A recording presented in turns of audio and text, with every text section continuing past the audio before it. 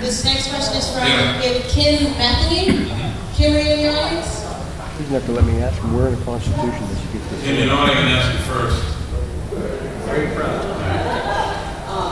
Thank you for addressing the pre-existing. Kim, where are you from? The north side.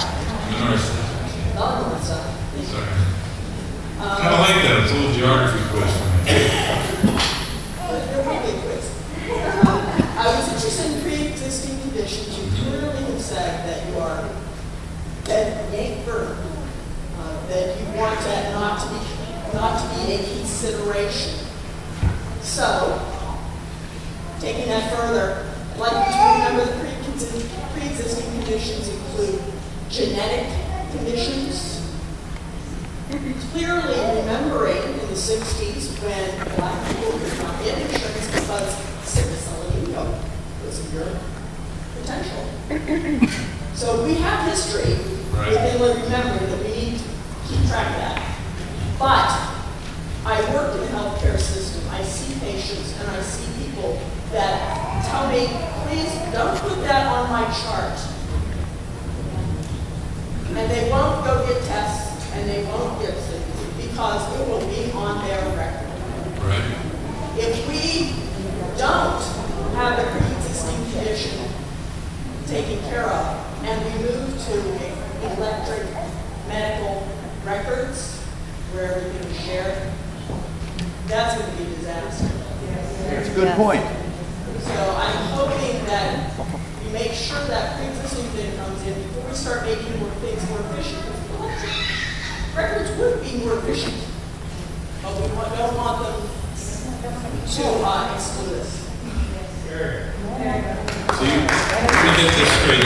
You think that we should not use electronic medical records?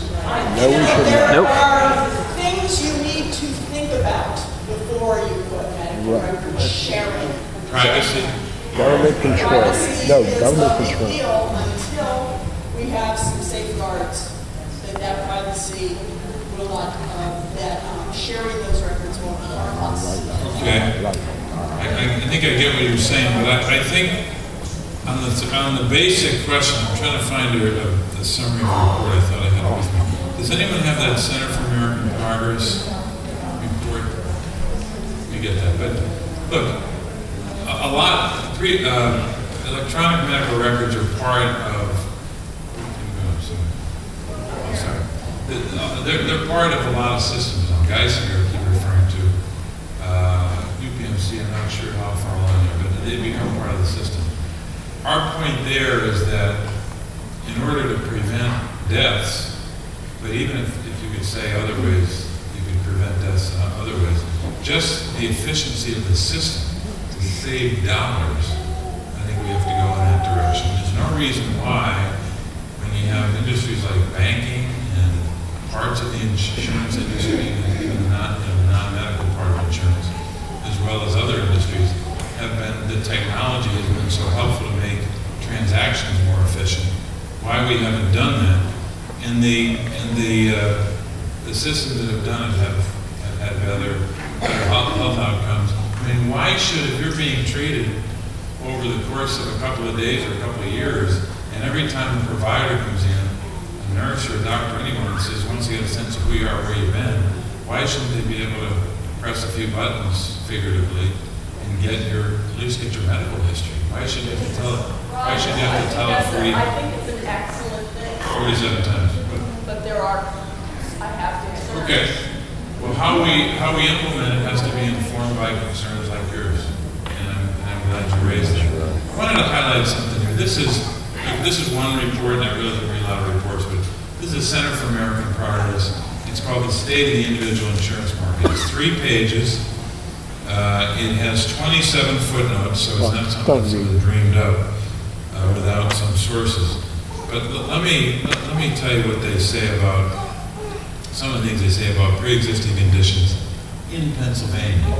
I'm quoting from page 2, the first full paragraph. In Pennsylvania, insurers can look 60 months back into your medical history to determine if you have a pre-existing condition. Okay, that's one thing they say. And In the next paragraph they say, in Pennsylvania, insurers are allowed to permanently exclude pre-existing conditions from an individual's coverage. That means that some people will never be able to purchase health insurance, never be able to purchase health insurance for their medical conditions on the individual market. And then it goes on to talk about age, which is a big issue in Pennsylvania. We got 15.5% over 65. I think we're second only in Florida. You want to talk about something scary that relates to age? Try this one. On page 3, under coverage eligibility, it's a section entitled Age. It says, age discrimination is prevalent in the individual insurance market. A person who is 60 to 64, I'll ask for a show of hands. I'm moving in getting there. Age 60 to 64 and healthy is going to pay on average 4 times as much for health insurance than 18 to 24-year-old.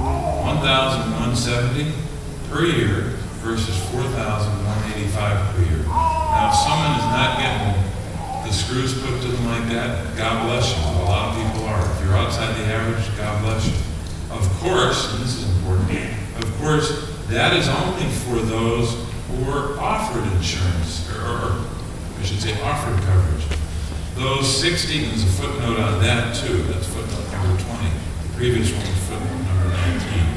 Footnote number 23 says, 21 says, those 60 to 64 are 3 times more likely to be turned down for individual coverage than those 18 to 24. Now, I have 4 daughters. Two of them actually are in that 18 to 24 period. I love them, but I don't think they should be the beneficiaries of that kind of legal and widely practiced discrimination based upon age. So if you're, basically what this says, my interpretation is, if you're lucky enough to be offered coverage, if you're one of those people who fell outside the 3 times less likely to be offered, you get in the door, give them a round of applause. Then they get in the door, and they're 4 times as likely to pay more. Well, that should change. This isn't hard. We can change this easily. But we got to do something about it. We can't keep talking about it. We can't